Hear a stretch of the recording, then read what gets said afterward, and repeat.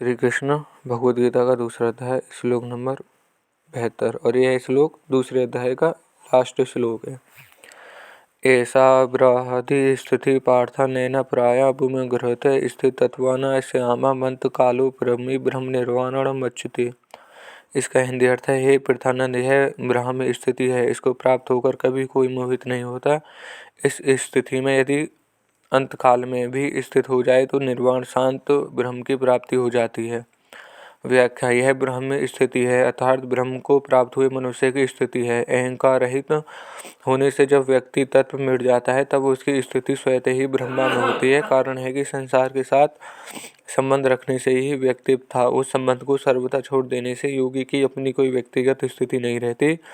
अत्यंत नजदीक का वाचक होने से यहाँ ऐसा पद पूर्व श्लोक में आए व्याह कामना निष्प्राम निर्भय और निरंकारा पदों का लक्ष्य तय करता है। भगवान ने मुख्य तेरी बुद्धि तब मोहकलिक और श्रुति प्रवृत्ति से तर जाएगी जब तू योग को प्राप्त हो जाएगा। ऐसा सुनकर अर्जुन के मन में यह जिज्ञासा हुई कि यह स्थिति क्या होगी। इस पर अर्जुन ने स्थित प्रज्ञ विषय में 4 प्रश्न किए हैं। उन चारों प्रश्नों का उत्तर भगवान ने यह स्थिति बताई कि यह ब्रह्मा की स्थिति है। तात्पर्य है कि यह व्यक्तिगत स्थिति नहीं है अर्थात उसमें व्यक्तित्व रहता है। यह नित्य योग की प्राप्ति है, उसमें एक ही तत्व रहता है। इस विषय की तरफ लक्ष्य कराने लिए ही यहाँ पार्थ संबोधन दिया गया है। जब तक शरीर में अहंकार रहता है तभी तक मोहित होने की संभावना रहती है, परंतु जब अहंकार सर्वथा भाव होकर ब्रह्मा में अपनी स्थिति का अनुभव हो जाता है तब व्यक्तित्व टूटने के कारण फिर कभी मोहित होने की संभावना नहीं रहती। सत और असत को ठीक तरह से ना जानना ही मोह है। तात्पर्य है कि स्वयं सत होते हुए भी असत के साथ अपनी एकता मानते रहना ही मोह है। जब साधक असत को ठीक तरह से जान लेता है तब असत से उसका संबंध विच्छेद हो जाता है और सत में अपनी वास्तविकता स्थिति अनुभव हो जाता है। इस स्थिति का अनुभव होने पर भी कभी मोह नहीं होता। यह मनुष्य शरीर केवल परमात्मा प्राप्ति के लिए ही है। असत को जानने असत की निवृत्ति हो जाती है, क्योंकि असत की स्वतंत्रता सत्ता है ही नहीं। सत्ता से असत को सत्ता मिलती है। अगर असत को जानने से असत की निवृत्ति ना हो तो वास्तव में असत को जानना ही नहीं है, प्रत्युत सीखा है। सीखे हुए ज्ञान से असत की निवृत्ति नहीं होती, क्योंकि मन से असत की सत्ता रहती है। इसलिए भगवान यह मौका देते हैं कि साधारण से साधारण और पापी से पापी व्यक्ति ही क्यों ना हो, अगर वह अंतकाल में भी अपनी स्थिति परमात्मा में कर ले अर्थात जड़ता से अपना संबंध विच्छेद कर ले तो उसे भी निर्वाण शांत ब्रह्मनि की प्राप्ति हो जाएगी, वह जन्म मरण से मुक्त हो जाएगा। ऐसे ही बात भगवान ने 7वें अध्याय में 30वें श्लोक में कही है कि अधिभूत अधिदेव और अधियज्ञ एक ही भगवान है। ऐसा प्रयाण काल में भी मेरे को जान लेते हैं, वे मेरे को यथारूप जान लेते हैं अर्थात मेरे को प्राप्त हो जाते हैं। 8वें अध्याय के 5वें श्लोक में कहा है कि अंतकाल में मेरा स्मरण करता हुआ कोई प्राण छोड़ता है वह मेरे को ही प्राप्त होता है, इसमें संदेह नहीं है। दूसरी बात, उपयुक्त पदों से भगवान उस ब्राह्मी स्थिति की महिमा का वर्णन करते हैं कि इसमें यदि अंतकाल में भी कोई स्थित हो जाए वह शांत ब्रह्म को प्राप्त हो जाता है। जैसे समबुद्धि के विषय में भगवान ने कहा है कि इसका थोड़ा सा भी अनुष्ठान महान भय से रक्षा कर लेता है, ऐसे ही यहाँ कहते हैं कि अंतकाल में भी ब्राह्मी स्थिति हो जाए, जड़ता से संबंध विच्छेद हो जाए तो निर्वाण ब्रह्म की प्राप्ति हो जाती है। इस स्थिति का अनुभव होने से जड़ता का राग ही बाधक है। यह राग अंतकाल में भी कोई छोड़ देता है तो उसको अपनी स्वतः सिद्ध वास्तविक स्थिति का अनुभव हो जाता है। यहाँ एक शंका हो सकती है कि जो अनुभव उम्र भर में नहीं हुआ वह अंतकाल में कैसे होगा। अर्थात स्वस्थ अवस्था में तो साधक की बुद्धि स्वस्थ होगी, विचार शक्ति होगी, सावधानी होगी तो ब्राह्मी की स्थिति का अनुभव कर लेगा, परंतु अंतकाल में प्राण छोड़ते समय बुद्धि विकल हो जाती है, सावधानी नहीं रहती। ऐसी अवस्था में ब्रह्मी स्थिति का अनुभव कैसे होगा। इसका समाधान यह है कि मृत्यु के समय में जब प्राण छूटते हैं तब शरीर आदि से स्वतः ही संबंध विच्छेद होता है। यदि उस समय उस स्वतः सिद्ध तत्व की तरफ लक्ष्य हो जाए तो उसका अनुभव सुगमता से हो जाता है।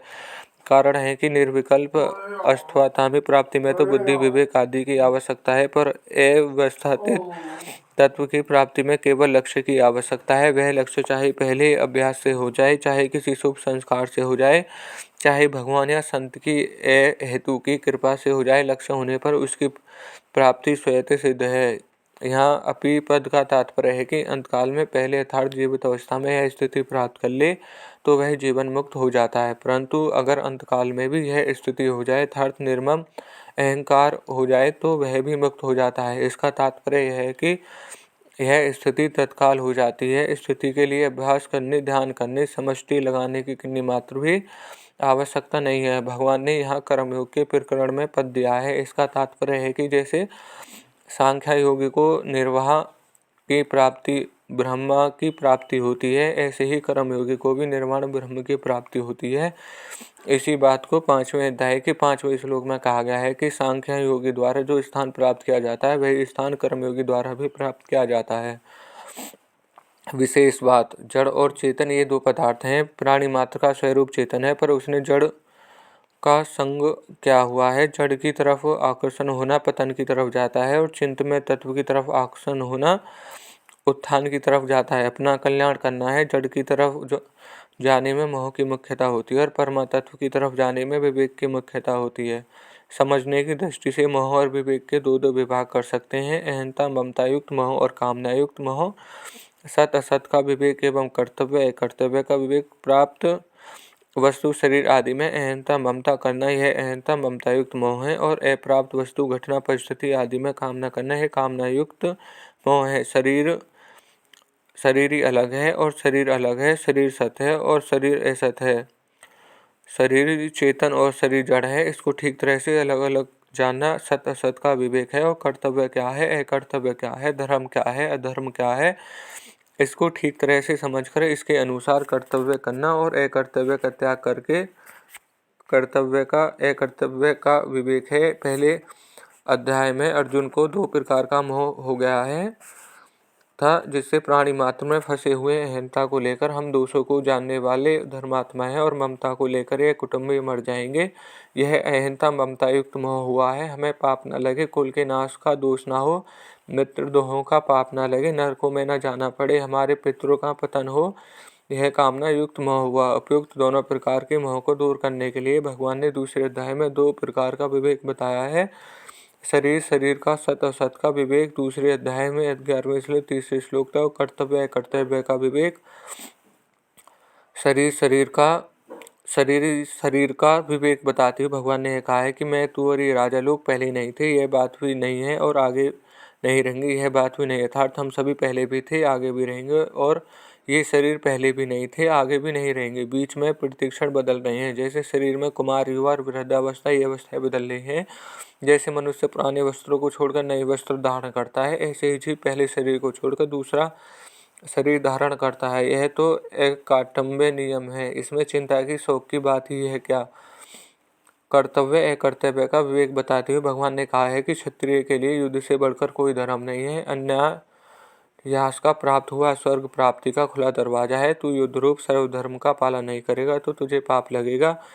यदि तू जय पराजय, लाभ हानि और सुख दुख को समान करके युद्ध करेगा तो तुझे पाप नहीं लगेगा। तेरा तो कर्तव्य कर्म करने में ही अधिकार है, फल में कभी नहीं। तू कर्म फल का हेतु भी मत बन और कर्म न करने से भी तेरी आसक्ति ना हो। इसलिए तू कर्मों की रिद्धि असिद्धि सम होकर और समता में स्थित होकर कर्मों को कर, क्योंकि समता ही योग है। जो मनुष्य समबुद्धि से युक्त होकर कर्म करता है, यह जीवित अवस्था में ही पुण्य पाप से रहित हो जाता है। जब तेरी बुद्धि मोहरूपी दलदल को और श्रुति पुरवते पक्तियों को पार कर जाएगी, जब तू योग का प्राप्त हो जाएगा। परिशिष्ट भाव, निर्मम और निरहंकार होने से साधक का सत विभाग से संबंध विच्छेद हो जाता है और सत विभाग में अर्थात ब्रह्मा में अपनी स्वयं स्वाभाविक स्थिति का अनुभव हो जाता है, जिसको ब्राह्मी स्थिति कहते हैं। इस ब्राह्मी स्थिति को प्राप्त होने पर शरीर का कोई मालिक नहीं रहता, अर्थात शरीर को मेरा कहने वाला कोई नहीं रहता, व्यक्तित्व मिट जाता है। तात्पर्य यह हुआ कि हमारी स्थिति अहंकार के आश्रित नहीं है, अहंकार के मिटने पर भी हमारी स्थिति रहती है, जो ब्राह्मी स्थिति कहलाती है। एक बार इस ब्राह्मी स्थिति का अनुभव होने पर फिर कभी मोह नहीं होता। अगर अंतकाल में भी मनुष्य निर्मम निरहंकार होकर ब्राह्मी स्थिति का अनुभव कर ले तो उसको तत्काल निर्वाण ब्रह्मा की प्राप्ति हो जाती है। निर्मम निरहंकार होने से ब्रह्मा की प्राप्ति तत्व ज्ञान हो जाता है। फिर मनुष्य ममता रहित, कामना रहित और कर्तव्य रहित हो जाता है। कारण है कि जीवन के अहम के कारण ही जगत को धारण किया गया है यदि वह अहम का त्याग कर दे तो फिर जागृत नहीं रहेगा। ब्रह्मा की प्राप्ति होने पर समग्र परमात्म की प्राप्ति स्वतः हो जाती है, क्योंकि समग्र परमात्मा ब्रह्म की प्रतिष्ठा है। मेरा कुछ नहीं है, इसको स्वीकार करने से मनुष्य निर्मम हो जाता है। मेरे को कुछ नहीं चाहिए, इसको स्वीकार करने से मनुष्य निष्काम हो जाता है। मेरे को अपने लिए कुछ नहीं करना है, इसको स्वीकार करने से मनुष्य निरहंकार हो जाता है। कर्मयोग, सांख्य योग, भक्ति योग और सभी साधनों में विवेक की बड़ी आवश्यकता है। सांख्य योग में इस विवेक की मुख्यता और सांख्य योग में ही भगवान ने अपना उपदेश आरंभ किया है, अतः इस अध्याय का नाम सांख्य योग रखा गया है। इस अध्याय में अथाद्वैताध्याय के 3 संजय वाच्य, श्री भगवान वाच्य आदि पदों के 14 श्लोक में 957 और पुष्प के 13 पद हैं। इस प्रकार संपूर्ण पदों का योग 987 है।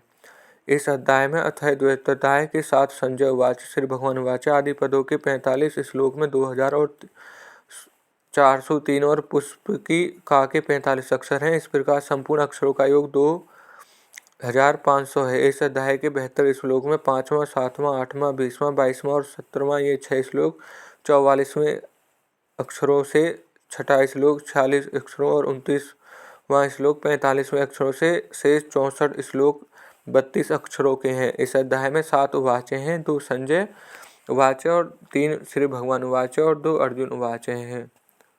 यह श्लोक अभी समाप्त नहीं है। दूसरे अध्याय में प्रत्युक्त छंद भी हैं। इस अध्याय के 72 श्लोक में 5वां छंद, 7वां, 8वां, 20वां, 22वां और 17वां ये 8 श्लोक हैं।